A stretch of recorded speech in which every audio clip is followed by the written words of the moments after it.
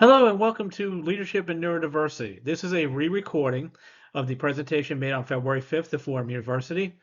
Due to technical difficulties, I had to re-record this today, February 8th. It will be without an audience. It will assume certain things that there is an audience. However, there is no audience for this. And also, there are a few typos in the presentation. I apologize in advance for those, and we will proceed as if I was doing the presentation live. So those cameras may be on and off at your preference. There's a lot to talk about. How I would be happy to answer questions after the presentation. There are no questions because it's not a live presentation, but it's my paid Zoom link. This is actually my PowerPoint, so there's no worry about time limits. And copies of the slides were given to Fordham University Office of Disability Services in advance. I thank them for their support. I apologize in advance for what happened on Wednesday night, and I'm re-recording it right now. So I never attended Fordham University, but my late uncle earned a bachelor's in accounting from Fordham and was very connected to university for the rest of his life. My father-in-law earned a BA and MA in theology from Fordham. My wife earned an MSW and PhD in social work from Fordham. She's an adjunct at the university in the social work program, typically teaches the foundation courses. My wife and I were married at Fordham University Chapel at Rose Hill. If you've ever been there, it's a beautiful church. I recommend visiting there if you go to the university at all. And my personal statement is if autism is on a spectrum, then so are talents. And I mean this because they call it autism spectrum disorder, but they typically stereotype autistic people as being suitable for certain roles, and we're going to get into that. And my philosophy is you got to consider that autism has a spectrum of people who are some are verbal, some are nonverbal. Different things occur within their conditions, and if you look at LinkedIn, you're going to find out that autistic people are in virtually every field imaginable. Therefore, neurodivergent people are also in every field imaginable. So the agenda for this presentation: an overview of my life on the autism spectrum and career before 2013. An overview of my career since 2013, what's changed in the workplace since 2014, the state of DEI in 2025. If you're following the news, you kind of know the answer to that. The best companies for neurodivergent people, at least it'll be in my opinion, in the USA. My intended research for my PhD in global leadership. There's been several changes since last year. I'm going to bring them up here. And I had a question and answer session. I'm not going to obviously not be doing that here, but I'll introduce as if I'm doing the presentation. So my life on the spectrum. I was told I would never work as an adult in 1988 and received SSI benefits. Nobody really knew why. Matter of fact, the condition that was listed was other. They didn't really have a definition for it. It was really interesting. In 1996, the internet started to become popular. I started playing around with Microsoft Office, and I became proficient enough in Word, Excel, PowerPoint, and Access, become administration assistant for 10 firms, and eventually passed the A+ exam, which showed my ability to build and fix desktop computers. It was a talent. I still can do it. I still get asked questions about how to do certain things on a computer. That's fine. And I worked for a public relations firm that eventually as a computer maintenance and installation person. I helped with their Y2K protection. For those of you who are too young to remember Y2K, who don't remember Y2K, computers built in the before 2000 were programmed to not go past December 31st, 1999, and there was a patch that had to be applied to make a lot of computers did not go crazy haywire after that date. And one of the jobs I worked with that group was we spent a weekend fixing quite a few computers doing that had that issue and we fixed everything, and it was really not a big deal in the end, but it was a long weekend. So after that, I got brought on as temp by Citi. Supposed to be a 3 or 4 week stint calculating how fast shipments were getting delivered because they changed from DHL to UPS. I eventually got hired permanently, got kept on for 6.5 years, eventually becoming an information security officer and obtaining certified information security systems professional certification. However, the highlight was training a London-based team on our software, our VPN, our corporate intranet. I actually got to go to London for a week to train the staff. I stayed with them as they were going along. I actually, as a habit of, it's become a habit of mine to wake up very early in work week and during the work week and go to work early. Now, in 2003, my mother sent me a copy of an article she saw in the New York Times Sunday magazine about Asperger's syndrome. It's called the Little Professor Syndrome. She said she highlighted the parts she thought were relevant, and this thing was it was more highlight than white space. It looked like it was written on parchment. That's how much she highlighted. And so I checked things out, and I was informed, yeah, I have, well, that was then called Asperger's syndrome. It was told I had the condition. And in 2006, my department was outsourced, so I was out of job. Bounced around temp work for a while. Had a chance to go back to college in 2010, so I returned to Hunter College, earned my bachelor's in political science 2012. While working in the Office of Student Services, I actually helped streamline this process. They were trying to scan all these old documents into the system, and I actually streamlined it, so it moved a lot faster. We got done a lot faster than expected. And I attended Stony Brook University after that, and I earned a master's in political science 2013. That left me in a bind because I still didn't have a job. I was traveling 2.5 hours each way at least to get to the university. And now this train does stop at campus, but this building was on the opposite end of the campus, and that's a mile walk each way. So I definitely lost some weight there, just so you guys get an idea of what was going on there. So in the fall of 2013, my therapist made a call to a fledgling organization called Especially Sterno, which was dedicated to training and hiring of autistic adults. And they were starting a project with an organization called Towers Watson in White Plains, New York. Especially Sterno is still around, by the way, just so you guys know. We're going to discuss that a little bit later on. I completed training and worked as a third-party contractor as part of Especially Sterno for the spring and summer of 2014. I was offered a position with Towers Watson with the marketing department. I was interviewed and hired September 2014. As a matter of fact, it turns out I was the only person that stayed on with the company after the pilot project. We realized with the pilot project we didn't know. We at the time thought it was just a project that was going to lead to all of us getting hired. That was a mistake that was made, and it was a pilot project, and it was something where I got hired and everybody else kind of got let go. It's a shame, but. In April 2015, the then CEO of Towers Watson gave a speech in the United Nations about the project of hiring autistic people. It was on a day that I learned for the first time was Autism Awareness Day, April 2nd. So the next day I was approached by Inc.com about doing an interview about my experience with the project. And the interview is available at the link I provide below. It's something that Inc.com published it first, Slate.com republished it, and they still hold the articles to this day. So in 2021, I wrote an article that I self-published in LinkedIn about my hopes of neurodiverse, and the terms have changed. It's now neurodivergent. I got picked up by a Canadian business journal and published on the internet. Now, they edited it from 1,500 to 1,000 words, but that article can be found at the link provided below. Provided there. It's sort of a career highlight. It's something that, it got attention from 6 of the 7 continents, got reactions from 6 of the 7 continents. Sorry, penguins can't read, so Antarctica was out. But yeah, it grew my I became better known as a result of it. I'll put it that way. And I earned an MS in data analytics from the University of Maryland Global Campus in December of 2021. And I had planned on earning a PhD in data science. So one night in early 2022, however, I was thinking about where the opportunities to advance my career would come from. I then started thinking about where any autistic person's opportunities were going to come from. From there, I thought organizational leadership, interesting idea. Let's see about leadership opportunities for autistic people. And I found about possible PhD programs and applied to and was accepted to one in global leadership at the Indiana Institute of Technology, also known as Indiana Tech, a private university in Fort Wayne, Indiana. However, all classes are online, but I do have to do a weekend or two a year. It's sort of networking, get with fellow students and professors, get a sense of what's going on, listen to presentations on the subjects related to leadership, and it's really quite interesting. The program is very interesting, and I'm happy with where I ended up. Now, most leadership programs, however, are education doctorates, and it's geared more towards higher ed. But this is a PhD program that I'm in. So I ended up staying with Willis Towers Watson until April 2022. Went to a staffing firm and stayed there for 5 months. They hired a CTO the week after I got hired, and he literally changed everything, made my job irrelevant. I was then hired by a law firm, Stradley Rollins, their CRM data steward, November 2022, left April 2024.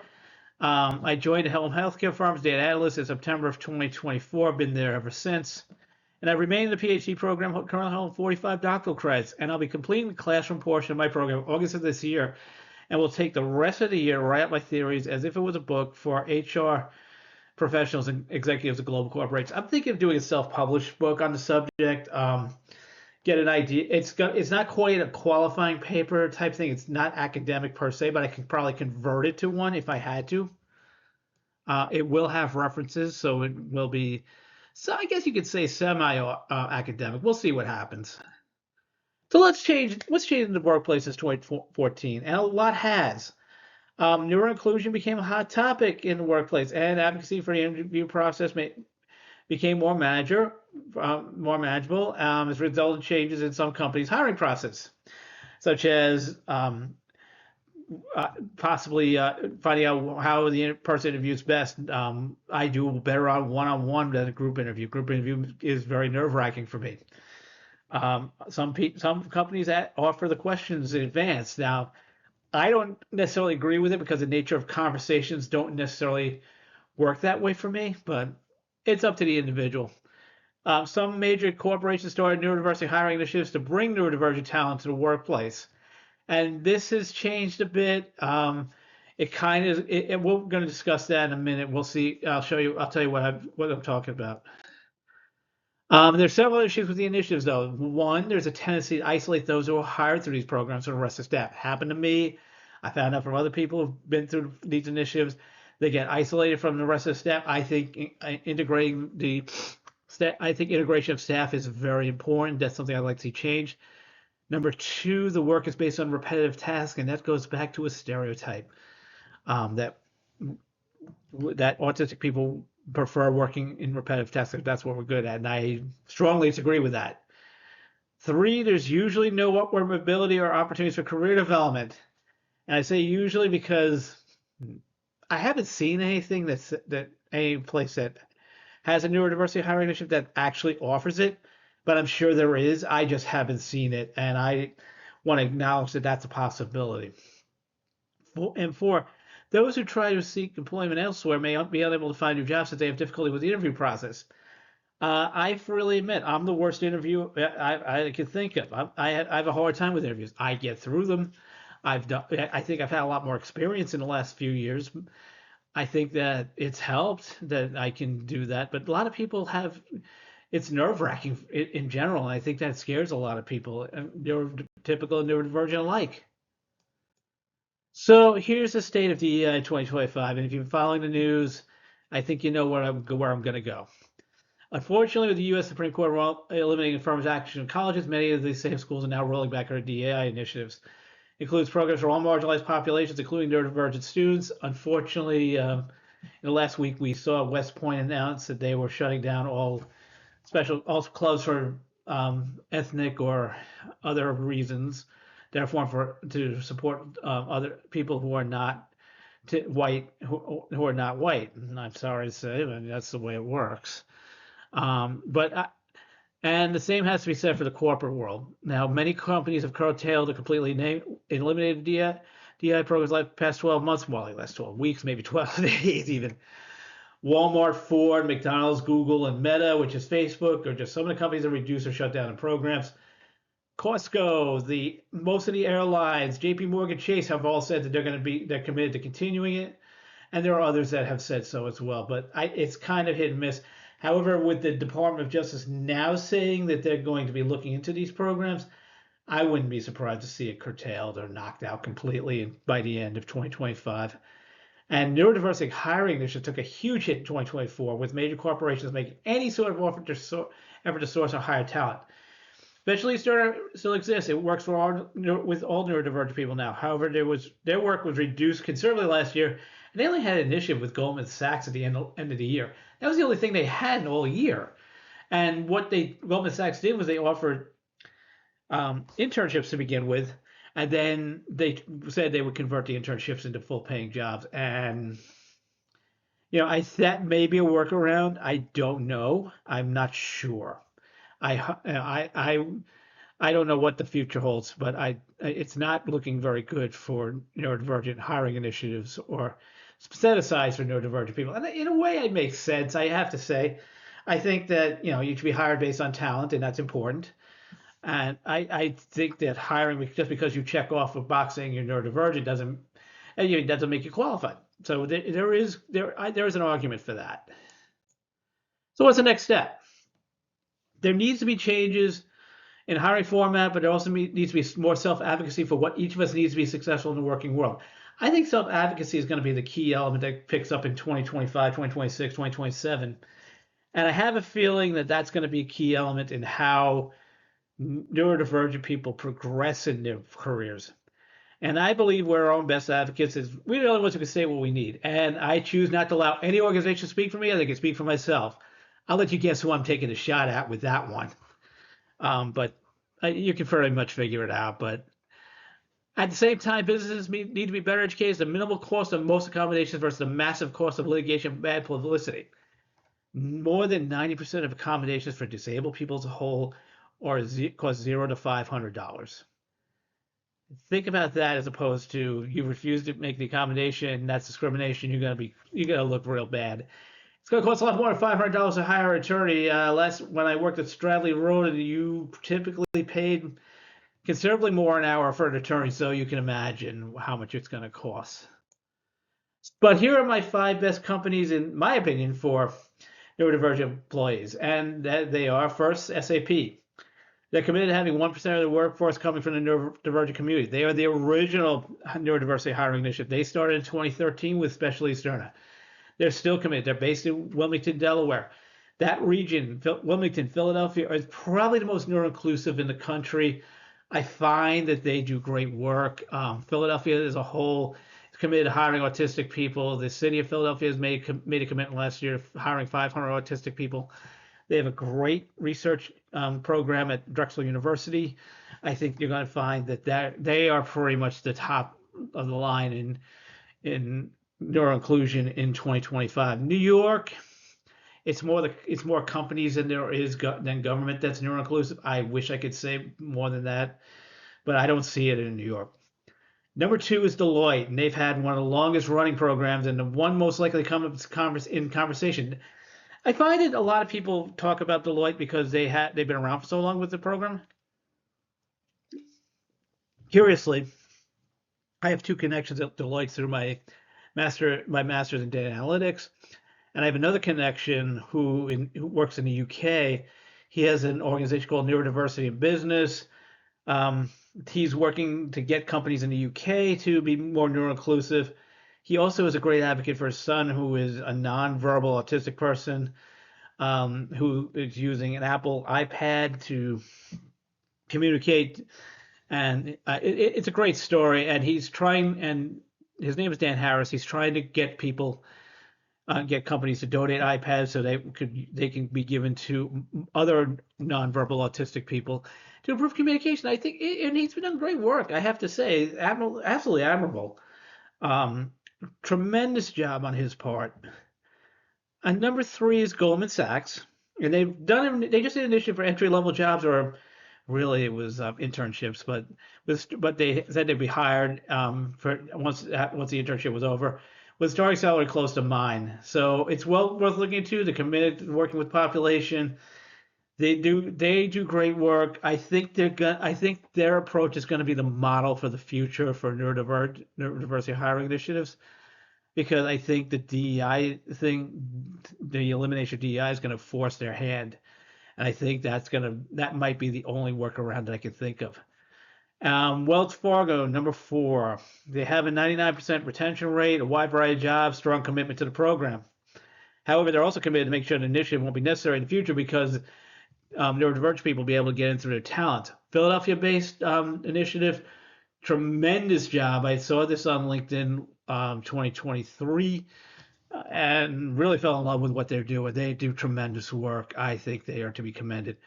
And 5th is Ernst & Young, which is like Deloitte. They've had one of the longest running programs, but they're not as well known. They don't really talk about it as much, but they do come in. I do know some people got hired through initiatives.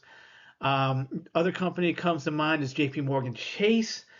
They do work. They have an initiative. I think it's mainly in Dallas, Texas. So I don't know if I know they when they started they were going to be they had a few things in Jersey City, New Jersey. So, but I haven't seen anything in that region since. Now about Willis Towers Watson, they really haven't done anything since 2015. Um, they haven't done, and really they haven't worked in the United States since 2015. They did something in the Philippines, but there is a very successful person who came in through a different form of initiative, who has become a senior data analyst. He's really done a great job, commendable work. His name is Matthew Stewart. He and I connected. I'm one of his biggest fans. I think he's done so much great work, and he was featured by Willis Towers Watson in 2020. And that's what made me start writing on LinkedIn. That's what made me start doing my own stuff. And really, I encourage he's really come a long way from where he started, and I absolutely admire him for what he's done. So my intended research has four components, and it's actually more than that, really. I think that's really a typo, but it's changed considerably since my presentation last year. So first, what are leadership styles incorporated by non-white populations? And I've looked into leadership styles in Asia and Africa as part of my program, and have found there's some difference in how people view the subject. In Eastern Asia, there tends to be a deference to the leaders by the followers. However, there's also a tendency for leaders to practice servant leadership, a style that's well suited to neurodivergent people because our actions will speak louder than words. I think that's an important element that communication is approach. How we communicate is different. So if we show that we show our leadership approach, that's going to get a lot more traction, I think, than just speaking. Africa has a multiple style of leadership. However, Ubuntu is the most relevant method. It takes a village, and it encourages everybody to contribute. Everybody has a part to play. Everybody has strengths. Everybody puts their talents in with the rest of the group and forms a strong group and the leadership develops from that. And combining those two styles is a basis of my research. There's other elements in play. I have to admit there's typos galore here, and I apologize. And first, I'm going to write my theories out as some sort of book for human resources professionals and corporate leaders, and calling them to consider incorporating these ideas into career development opportunities for neurodivergent people. And I really think it can go to these hired company staff. I think it allows neurodivergent people to appreciate what leaders go through in their decision-making process and allow us to get a chance to career advance in a different way that, as I said, can be adapted to everyone. I think that's going to help a lot. Two, a new way of hiring neurodivergent talent that can be applied to new hires, and 3 points of the idea. There's really 3 points. First, hiring based on talent rather than condition. Don't use neurodiversity as a checkbox. I think with the collapse of DEI, you're going to see a lot more of that, and I actually think that's a good thing, because I think we do have the talent, but because we're neurodivergent, we don't get the opportunity. I think now we have the opportunity to show that because we have the talent, we should get hired. B, mentoring starting at day one. This is something I picked up on from working at the law firm. Newly hired attorneys fresh out of law school get mentored by senior partners. They find out about how to handle processes of form, handle parts of law, how the firm works, how to get career opportunities, how to advance your career.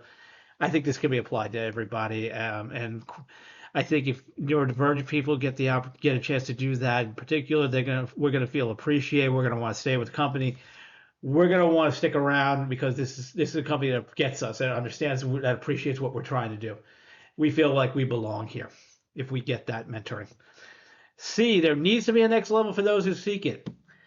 This is personal, folks, because I didn't get that opportunity at Willis Towers Watson, and unfortunately, that's why I left. And there needs to be a next level for people who want it. I mean, you can't just say, "No, sorry, we don't know where to put you." It's not fair to. Let's put it this way: if you're developing talent, if you increase your abilities, if you take out extended duties, you should have the opportunity to use those talents and adapt and move up the ladder and get a chance to be moved up And really, I think it would help. I think it would help show that, we are committed to career development. I think that's important. And this is all created on something I call the educational vocational disconnect, which is where a neurodivergent person can have a solid educational background, but is working in a low-level position simply because they're neurodivergent. And I've encountered many people on LinkedIn with multiple advanced degrees who are working in jobs that don't match their education. I'm an example of that. I have two master's degrees. I'm an individual contributor. That's why I'm doing this research because, quite frankly, I never got a chance to do it. But here's the thing: I'm actually going to focus on future generations, make sure they get the opportunities that I was denied, and that's important. That's important that future generations that show that they have the talent, that have the advanced degrees, can make inroads and get opportunities to advance. Because it's really not right that you sit there and you don't get a chance. Um, and again, I've connected with somebody who has told me that their senior leadership has said that autistic people should be nowhere near leadership. Um, Mind blowing. Not really. The actually the most interesting thing I found from that is that I wasn't surprised to hear it. And it's also worth knowing that many neurodivergent people also become self-employed, allows them to set their own hours and regulate the conditions. Two examples of that: Margot Wask out of Vancouver, British Columbia. She makes items that sells on Etsy. She has a YouTube channel called Retrophiliac. Really good person, really talented. Highly recommend her. Really, really good at what she does.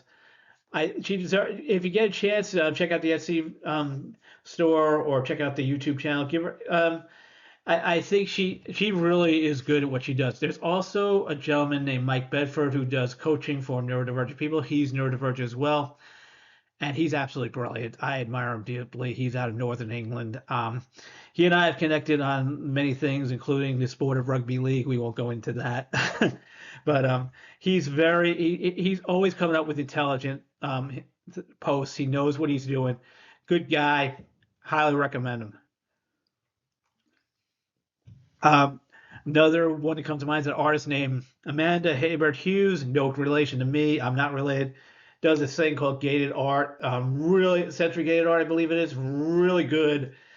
She's on LinkedIn. She's very good. The Grant twins, who are writers, the Grant twins, I recommend as well.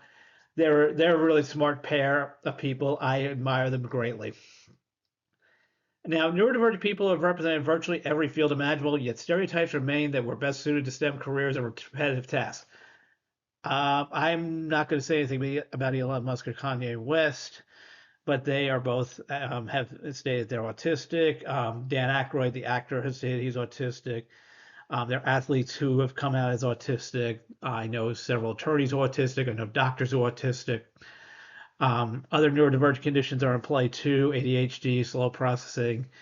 Matter of fact, there's a YouTube video on celebrities who have slow processing. Whoopi Goldberg, lead actor from Daniel Radcliffe from Harry Potter. There's others involved that have it as well. So it defeats stereotype. Now, remember what I said: if autism is on the spectrum, then so are talents. That means that I apply that to neurodivergent people because neurodivergent conditions span the spectrum, and so do the talents. It means everybody has different talents, and I think it's time that they get recognized. Now, this policy of eliminating the education vocational disconnect is a win-win for organizations and neurodivergent talent alike, and in addition, can be applied to any new hire. Again, as I said, it shows that we're appreciated. It shows that that we're welcome in the company, and more likely that people who are treated that way are going to stay in the company. So the third element is a creation of a leadership development program geared towards neurodivergent people, run by neurodivergent people. With the qualifier that since it's a qualitative project, I'm limited to the number of people who are going to be participants in the dissertation. So it's going to be autistic people, a leadership development program for autistic people, run by autistic people. I'm going to expand it afterwards, and with the right supports, neurodivergent people can be leaders in corporations and organizations without having to hide their conditions from day one. And part of that is recruiting volunteers via LinkedIn and asking them about their willingness to participate in this type of program. I think also one of the things I'm going to do also, I'm going to approach Black leaders or Métis leaders, if I go with that population, and find out what they do, what the differences are, how to bring people in, how to from the autistic community into the possible leadership conditions, leadership possibilities, how to make it so they're included in everything. That's going to be an interesting topic. Um, the inclusion of non-traditional groups in the research is actually a new element, and most of the research on autistic and neurodivergent people involves white, Eurocentric, middle class or below middle class men like me. And I want to change the narrative to include those who are underrepresented because, quite frankly, I see enough research on people like me. I think it's and autism and neurodivergent conditions are applicable to the entire world. It's not just one part of the population, it's everybody. It would be fascinating if it was only white middle class or upper middle class men. However, I know women are autistic. I know black people are autistic. There certainly needs to be more inclusion on that level. My choice of populations are one of three. First, the black, which is African and Caribbean ancestry people of the United Kingdom. The UK, like to state, they're the most neuro-inclusive population in the world. However, they never considered this group. I have yet to see any research done on this group. And I'm certain that there are differences involved between how black people experience autism and how white people experience autism. And I can apply that to the United States too, but this is a global research program, so they kind of encourage you to go outside the United States. Second choice is Black, African, and Haitian ancestry people in Quebec. And it's more of a challenge because you have to consider French and English styles of leadership. And the thing is that French is, of course, the main language spoken in Quebec. It's something where it's one of the official languages of Canada, but Quebec, it's especially true. It's the main language of Quebec. Montreal, which has a solid reputation of being neuro-inclusive, however, they tend to focus on white people. I have noticed that.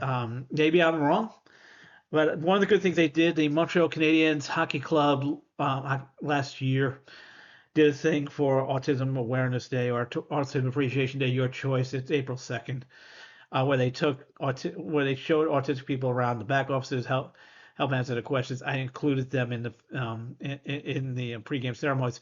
Really tremendous job by them. I know the New Jersey Devils do stuff like that with the kids. I'd like to see a little bit more with the adults. Just saying, guys. I'm a season ticket holder. Just want to see a little more with that. Thank you.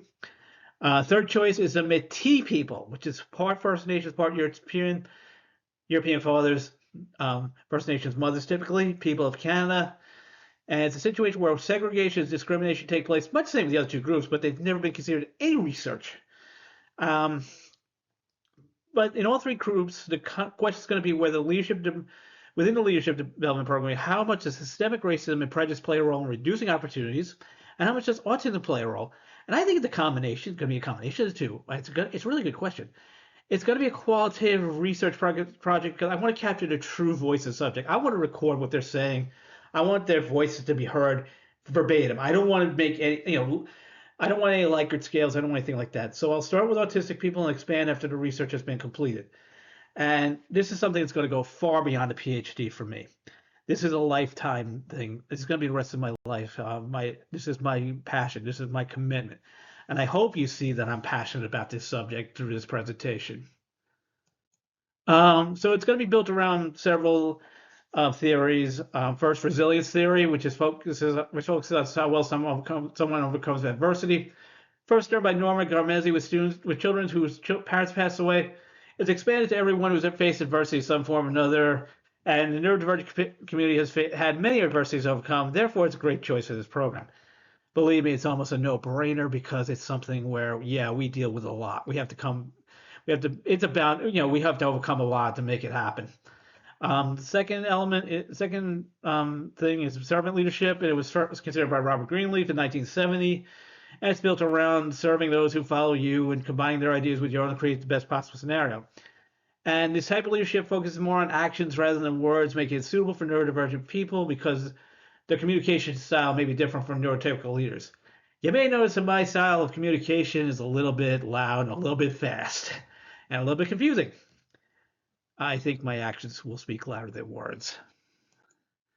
Third element is something called I call true inclusion. It focuses on including everyone, regardless of who you are, where you've been. If you're part of my team, you're helping everyone. You're helping to make decisions, and your opinion is valuable as those from everyone else in the team. And it's a concept used in Nordic countries along with servant leadership. It's known as discutera, or discussion. It's a very popular thing. It's kind of a minimalist form of leadership, but it also allows for people to have their voices be heard. Um, D is development of community. This is really the Ubuntu part of it. It encourages people to network with one another and networking outside the program, building up, showing your strengths, and everybody else joins in. Everybody brings their strengths into the program, and I think from there we build a solid foundation. But the most important thing I think these days, especially these days, is self-empowerment, and the ability to speak for yourself needs to be encouraged. This also includes the creation of your own goals for the program. It's not my place to tell you what the goals are. It's up to you to determine. You decide what you want to do and how you get there. How do you make it happen? Because everybody's different. That's the beauty of this whole thing. That's the beauty of this world.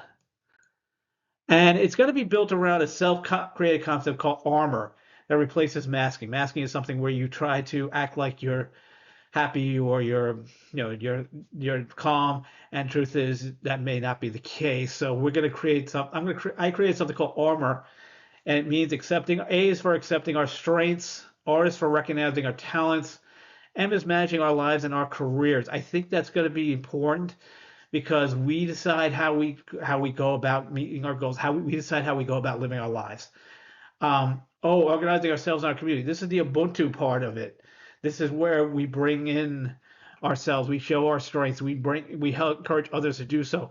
We work as a group, and are realizing our goals. Our goals, each person has different goals.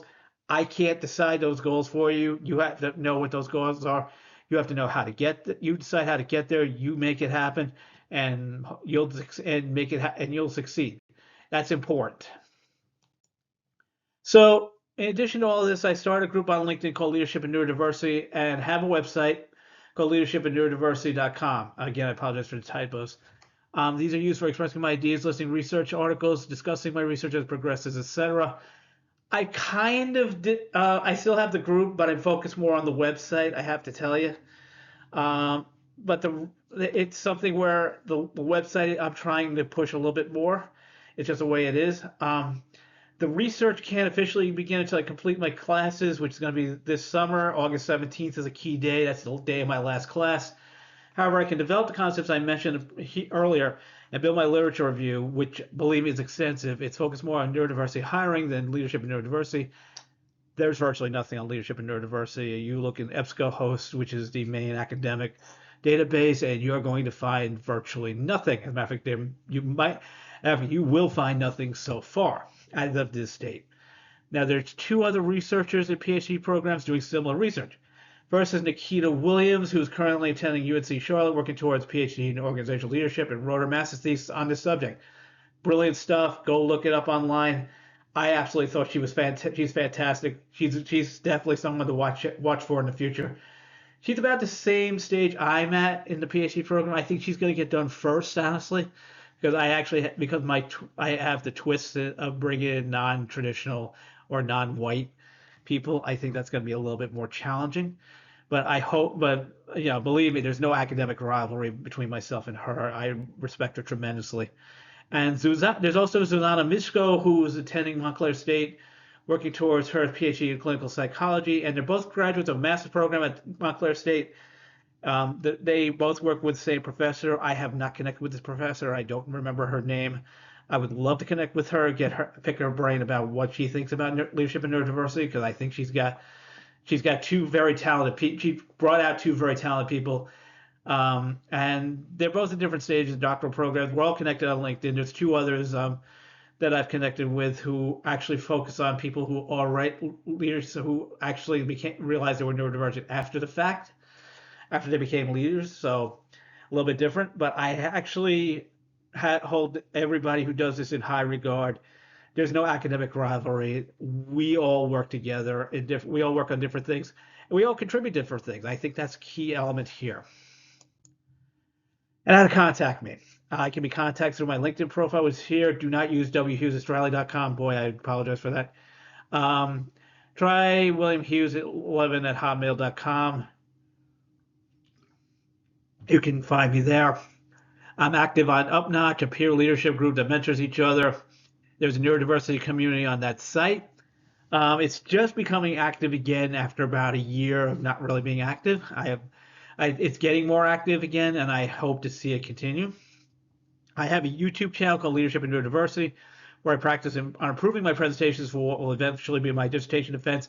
I have it here at 2026. Let's try 2028. I start the qualifying paper 2026. That's going to be at least the first half of next year, probably a little longer, and then the research is going to take me through 2027 at least. We're looking at 2028 to write it out. This is actually this presentation is being recorded for that channel. There are multiple videos on that channel. Some of them are going to be taken down because they're a little bit rough around the edges. I think but my style is improving. I run the website, leadershipandneurodiversity.com website again. This is for articles that are interesting to me, announcements, articles that I write because I used to write articles, long posts or articles for LinkedIn, and I now do it on leadershipandneurodiversity.com. I do announce them on LinkedIn, so I try to get people to visit my site for that purpose. And I recently joined BlueSky, which is a Twitter clone, which is more appropriate for what I want to use it for, which is short messages announcing videos of projects, giving a sense of this is what I'm doing, this is where I'm at. So check it out, So please check it out. So here are the takeaways. Neurodivergent people are a large and growing community. It's about 1 in 5 people worldwide. We're represented in all fields. I've mentioned attorneys, doctors, writers, artists, STEM people, of course. It's funny. I had a nurse that suggested she was on the spectrum the other day, and that all nurses have to be a little bit on the spectrum. Kind of disagree with that, but that's besides the point. But I'm sure there are definitely nurses who are neurodivergent. Our experiences may differ, but so should our opportunities. Because too many people think, okay, just because they're autistic or neurodivergent, this is what you should be doing. No, we have different experiences. That means we should have different ways of doing things. We should be allowed to go into different fields.